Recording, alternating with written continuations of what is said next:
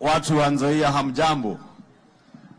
Asante Bwana Spika, mimi sina mengi ila tu kushukuru kwa ile hatua Mheshimiwa Rais umechukua, na unakumbuka wakati ulituongoza na ukaleta mswada kwa bunge ya kufutilia mbali madeni yote ya sugar factory zote ikiwemo hii Nzoia.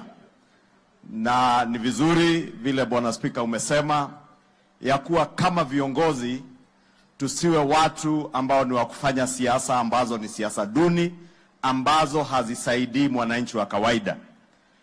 Na wakati tulikuwa bunge, ni vizuri Mheshimiwa Rais, sababu baadhi ya wabunge wa hapa Western wote tukifutilia mbali hizo madeni za Nzoia na zile sugar factory zingine, wabunge karibu wote walikuwa bunge na wakapiga kura.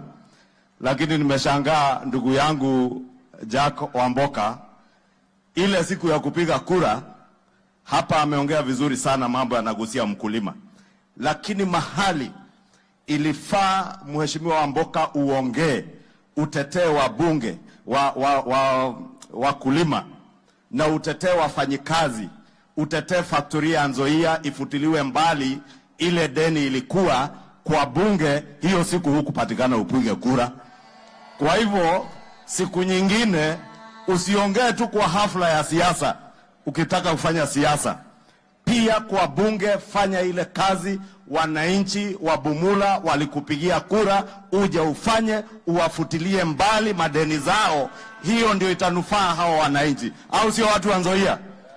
Na ile yote viongozi wengine wamesema, najua Rais sababu alisema bilioni 50 karibu na 4 ifutiliwe mbali ya Nzoia, anawajali, anajua matatizo yenyu na ako na suluhu ambazo zitasaidia.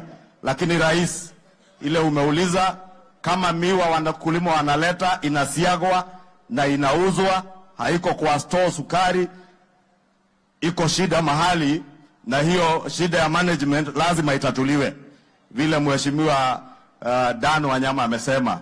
Na kama ni kutatua, ikibidi ufanye ile mambo tatu ya wakora wenye wanasiaga miwa, wanauza na hawalipi wakulima, hawalipi wafanyikazi, fanya hiyo mambo tatu Rais.